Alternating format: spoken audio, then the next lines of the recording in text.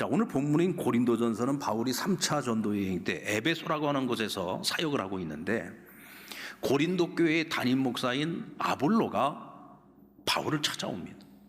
그리고는 고린도 교회에 대한 여러 가지 많은 문제점들을 이야기를 하면서 이건 내 능력으로는 도저히 감당을 못하겠습니다. 내가 해결을 못하겠습니다. 그러니 이 교회를 개척하신 우리 바울 선생님께서 고린도 교인들에게 편지를 좀 써서 그들이 가지고 있는 이 문제를 좀 해결해 주십시오라고 부탁을 한 거예요.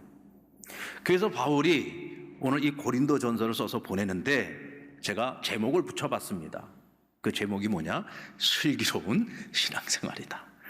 어떻게 하면 고린도 교회가 하나님 앞에서 슬기로운 신앙생활, 슬기로운 교회 생활을 할 수 있을까 하고 그들에게 적어서 보낸 거죠.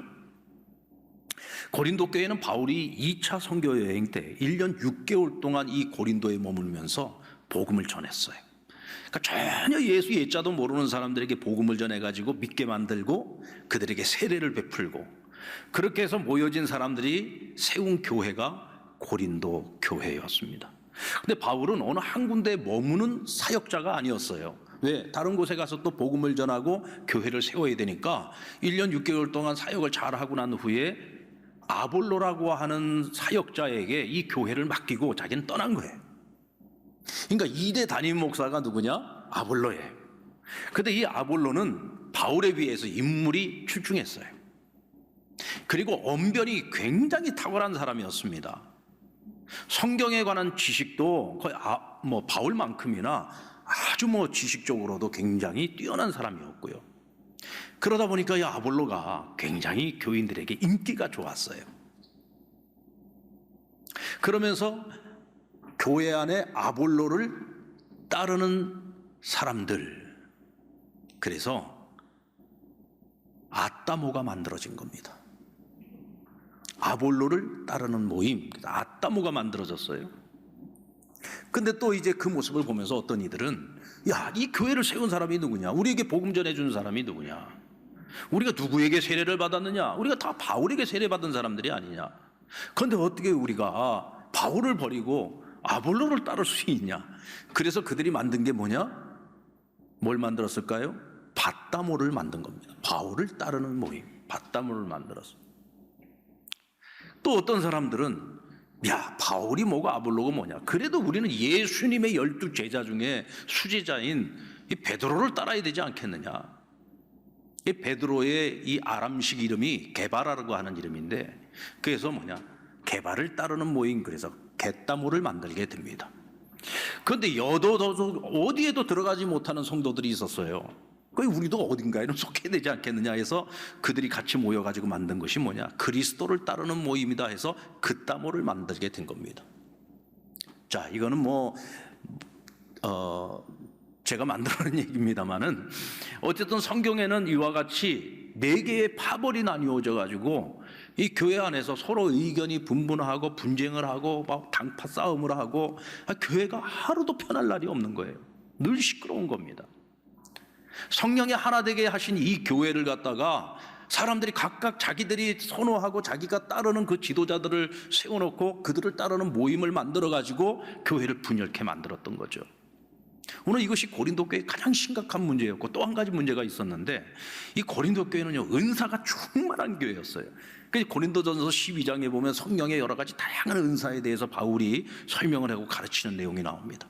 근데 그 모든 은사들에 대해서 가르치고 난 후에 결론적으로 바울이 말하는 게 뭐냐면, 모든 은사 중에 가장 큰 은사를 사모하라.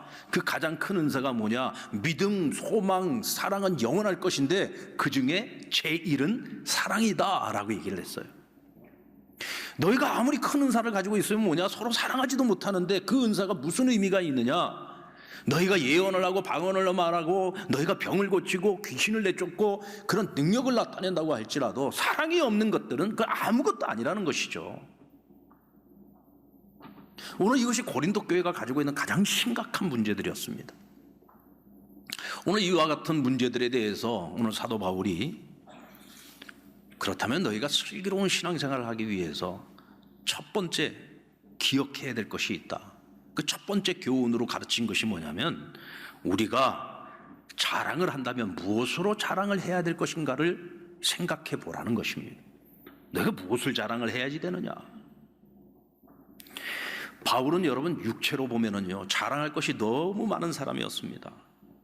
그는 출생적으로 보면 유대인 중에 유대인, 난지 8일 만에 할례를 받은 사람이었고, 또 유대인들 가운데서도 여러 계층의 사람들이 있는데 그 중에서도 바리새파 사람이었어요. 한마디로 말 유대 사회에서도 갑인 사람이었다는 거죠.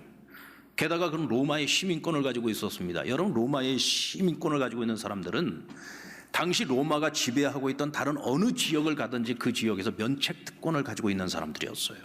게다가 어디를 가든 프리패스였습니다.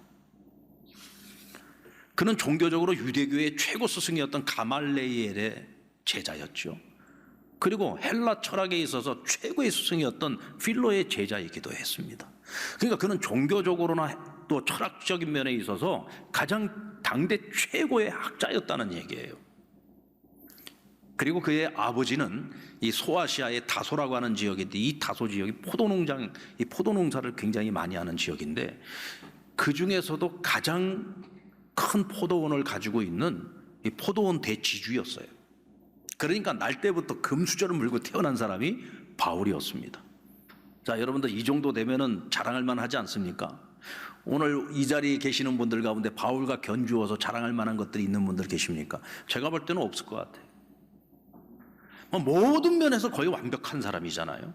얼마나 자랑할 것이 많았겠습니까? 그런데 그가 다메섹 도상에서 예수님, 부활하신 예수님을 만나고 빛 가운데 찾아오신 예수님을 만나고 난 그 이후로 그에게 자랑할 만한 것들, 자랑스러웠던 모든 것들을 그는 배설물로 여기고 다 버려버립니다. 더 이상 뒤돌아보지 않아요. 그리고 그는 작정합니다. 내가 앞으로 살아가면서 내가 자랑을 한다면 그것은 오직 예수, 오직 나를 구원해 주신 십자가의 도만을 자랑하겠노라 결단을 내리죠. 그리고 그는 결단만 한 것이 아니라 그렇게 그의 남은 인생을 살아갔습니다. 오늘 31절 말씀에 보면 바울이 이런 고백을 하죠. 기록된 바 자랑하는 자는 주 안에서 자랑하라 함과 같게 하려 함이라. 쉽게 말하면 이런 겁니다. 나는 오직 예수만 자랑하겠다.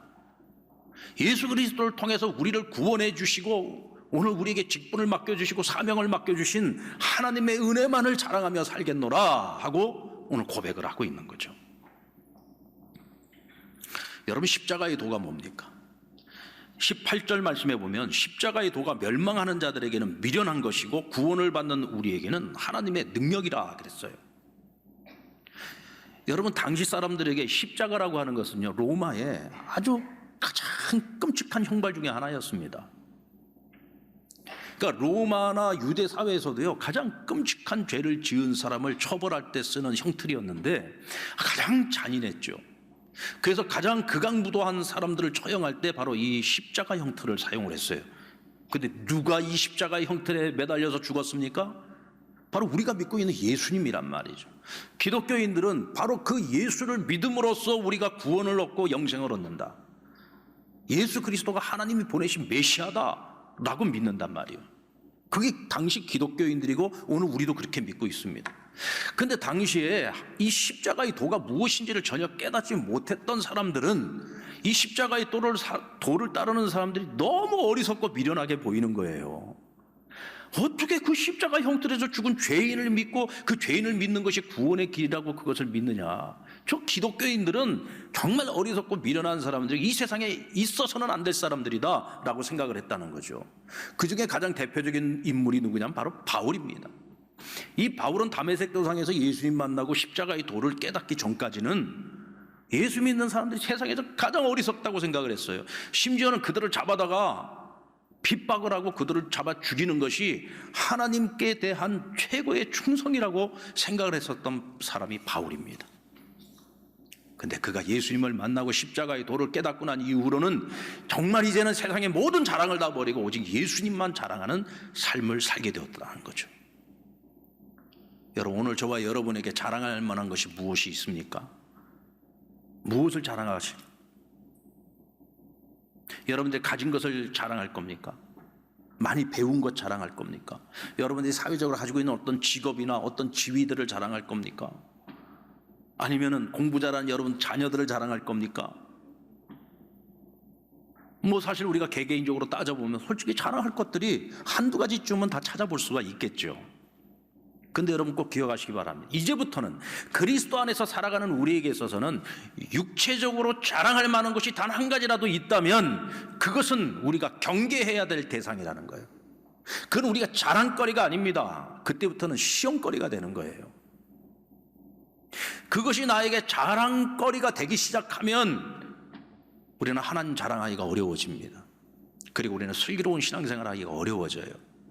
어리석고 미련한 삶을 살아갈 수밖에 없게 됩니다. 그래서 오늘 바울은 우리에게 권면하고 있는 거예요. 앞으로 여러분들이 그리스도 안에서 살아가면서 무엇을 자랑해야지 됩니까? 사람을 자랑할 것입니까? 여러분들이 가지고 있는 육체의 어떤 것들을 자랑할 것입니까? 여러분들 우리 상남교회가 오늘 68주년을 맞이했어요. 우리 상남교회가 68주년을 맞이하는데 뭘 자랑할 겁니까? 68년의 역사를 자랑할 겁니까? 오늘 같은 날 지금 창원의 어느 교회는요, 우리와 똑같이 지금 창립 주일 예배를 드리고 있는데 그 교회는 역사가 125년 됐습니다. 이 창원 지역에서 제일 오래된 교회예요. 우리 68년을 자랑한다고 하면 125년 앞에서 우리는 찍소리 못합니다.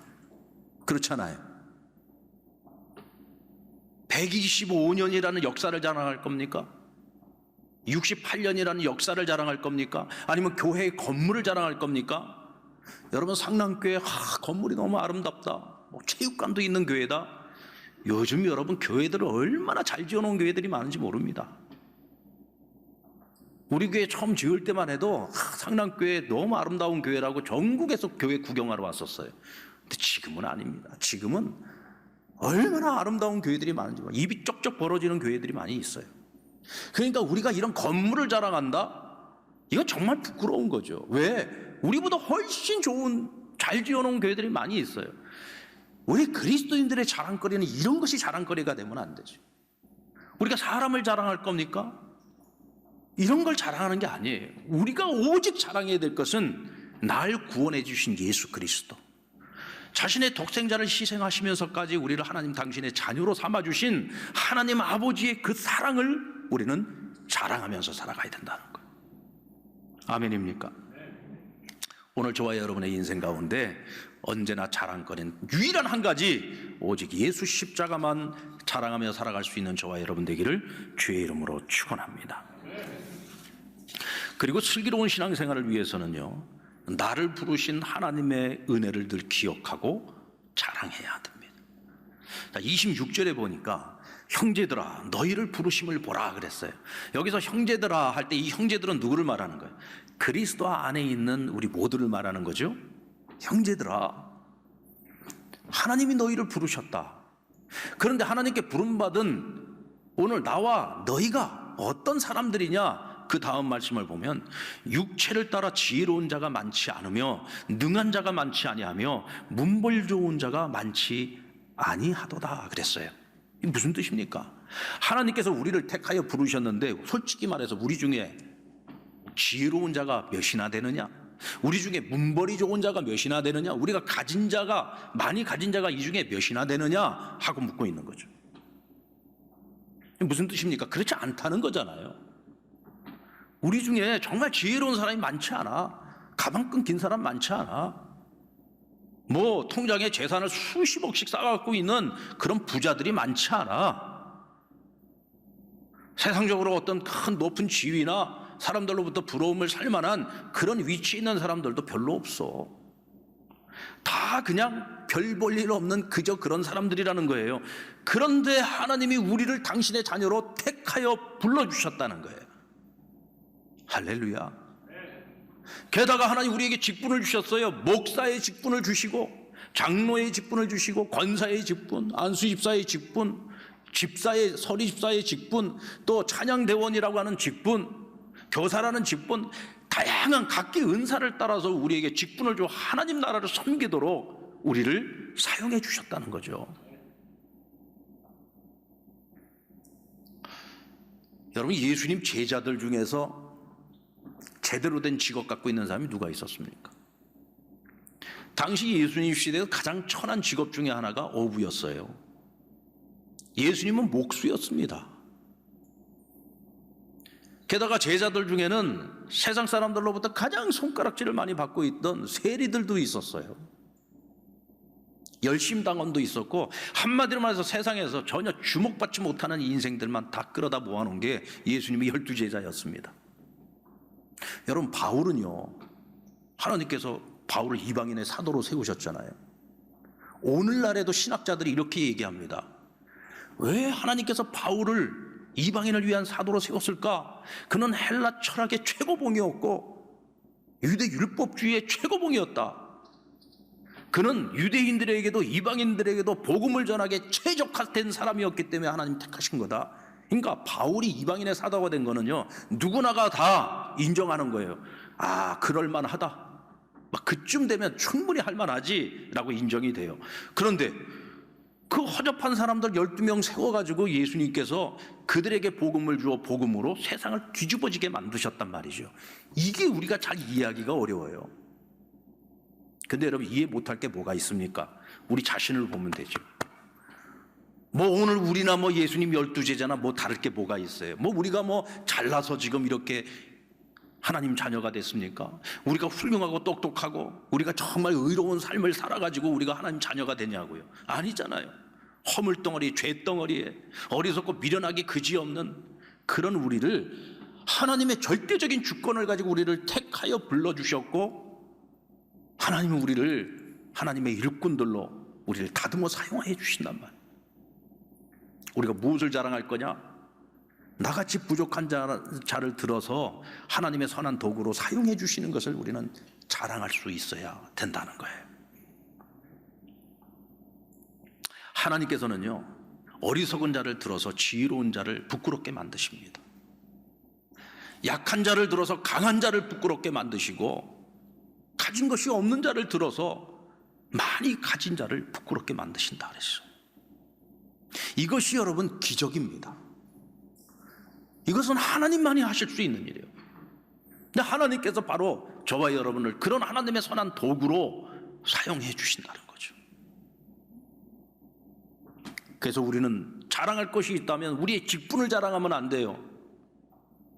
부족한 우리를 이 직분을 주어서 사용해 주시고, 오늘도 우리를 통해서 하나님 나라를 확장시켜 나가시는 하나님의 그 경륜을 찬양하고 감사하고 자랑할 수 있어야 되는 것입니다. 끝으로 슬기로운 신앙생활, 교회생활을 위해서 우리가 꼭 실천해야 될 것이 있어요. 그것이 뭐냐? 주 안에서 우리가 하나가 되어야 된다는 겁니다. 주 안에서 우리가 하나가 돼야 된다. 그리고 이 하나됨을 위해서 우리가 힘쓰는 사람이 돼야 돼요. 이것을 우리가 바꿔서 말하면은 교회를 분열하게 만들고 분쟁하게 만들고 파당을 만들고 서로 다투게 만들고 서로 손가락질하게 만들고 서로 갈라지게 만드는, 이거는 우리 그리스도의 절대로 하지 말아야 될 일, 이거 하나님이 가장 싫어하시는 일이고 이건 하나님 앞에 심판받을 일이에요. 반대로 하나님이 가장 기뻐하시는 일이 뭐냐? 성령이 하나 되게 하신 것을 힘써 지키고 하나님의 교회, 이 공동체가 하나 되도록 하는 일에 힘을 쓰는 것, 이것이 하나님이 가장 기뻐하시는 일이라는 거죠. 슬기로운 의사생활에 나오는 주인공들은 5명밖에 안 돼요. 근데 이 5명도 각기 다 달라. 우리 상랑교회 성도들이 수천 명이잖아요. 근데 이 수천 명의 성도들이 한 명도 같은 사람이 없어. 다 달라요. 신앙의 연조도 다르고 살아온 환경도 다르고 성격, 기질 다 달라요. 그래서 어떻게 이렇게 다 다른 사람들이 하나의 공동체를 이룰 수 있을까요? 그 이유는 딱 한 가지밖에 없습니다. 오늘 우리가 같은 DNA를 가지고 있어요. 어떤 DNA입니까? 예수 DNA를 가지고 있는. 오늘 제 안에도 예수 생명이 있고 여러분들에게도 예수 생명이 있어요. 그 한 가지 이유를 말고는 우리가 이렇게 하나로 모일 이유가 하나도 없는 거예요. 이렇게 다른 사람들이 같이 모여가지고 하나님이 우리에게 주신 하나의 같은 비전과 그 꿈을 가지고서 함께 달려나간다는 것이 쉬운 일이겠냐고요. 여러분, 남자와 여자가 만나가지고 부부를 이루고서 살아가는 게 쉬워요, 어려워요? 처음 결혼 시작할 때는요, 허니문이라고 하지 않습니까? 막 그때는 다 좋아요. 다 이쁘게 보입니다. 근데 조금 살아보세요. 한 달 지나고 2달 지나고 한 1년 지나고 나면은 다 이쁘지 않아요. 다 멋지지 않아요. 왜요? 서로의 다름을 보기 시작하기 때문에 그래요. 달라도 너무 다른 거예요. 너무 달라요.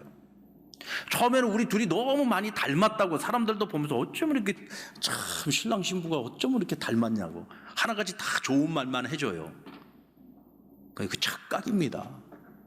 현실이 시작이 되어지고 생활이 시작이 되어지면 그때부터 두 사람이 얼마나 다른지를 보기 시작해요. 근데 그것이 다르다고 하는 것을 서로 인정하면 되는데 다른 걸 자꾸 나쁘다고 이야기를 합니다. 나쁘다고. 그러면서 서로를 막 지적하기 시작하고 서로 원망하기 시작하고 다툼이 일어나기 시작하고 그러면 그 부부가 함께 영원히 같이 살아가는 게 쉽지 않아요. 같이 살아도 그 가정이 행복할 수가 없는 거예요. 그 두 사람이 하나가 되는 방법이 뭐냐? 내려놓는 길밖에 없어요. 그리고 서로의 다름을 인정해 줘야 돼요. 남자와 여자가 다른 거예요. 살아오는 환경이 달라요.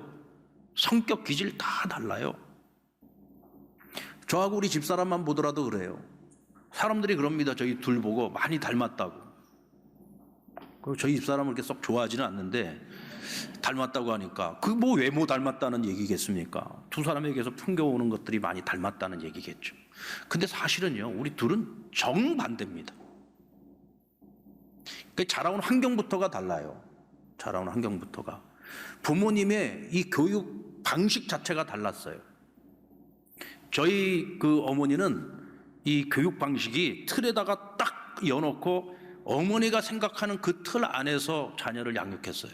그러니까 제가 살아온 삶이 얼마나 힘들었겠습니까? 근데 이제 저희 그 아내 쪽을 보면은 장모님이 완전 자유방임이에요. 여기는 자유방임. 네가 알아서 잘 살아라. 그래서 자녀들이 스스로 잘 선택을 하고 억압 속에서 살지 않았어요. 굉장히 편안하게 산 것 같아요. 보면 그게 처음에는 같이 살면서 어쩔 땐 제가 막 불안할 때가 있어요. 왜? 얘기를 안 해주니까. 만약에 제가 소파에 들어넣어가지고 TV를 보고 있어요. 그 저희 어머님 같으면은 야, 이 목사야, 목사가 지금 TV 보고 있으면 되냐? 들어가서 공부해야지. 한마디 얘기하실 것 같아. 근데 우리 집사람은 한 번도 지금까지 그런 얘기를 한 적이 없어요. 그래서 제가 며칠 전에 한번 물어봤습니다. 아내 보고. 왜 아무 소리도 안 하냐? 우리 어머니 같으면 목사가 들어가서 공부해야 된다고 한마디 좀 할 것 같은데 왜 아무 얘기도 안 하냐? 그럼 공부는 지가 알아서 하는 거지. 그걸 뭘 하라 그걸 얘기를 해야 되냐? 이렇게 달라요. 근데 이렇게 다른 사람들이 슬기로운 가정생활을 할 수 있는 것은 서로가 양보하고 서로가 좀 맞춰가고 서로의 부족함이 있으면 채워주면서 그렇게 서로가 조금씩 맞춰가는 거예요.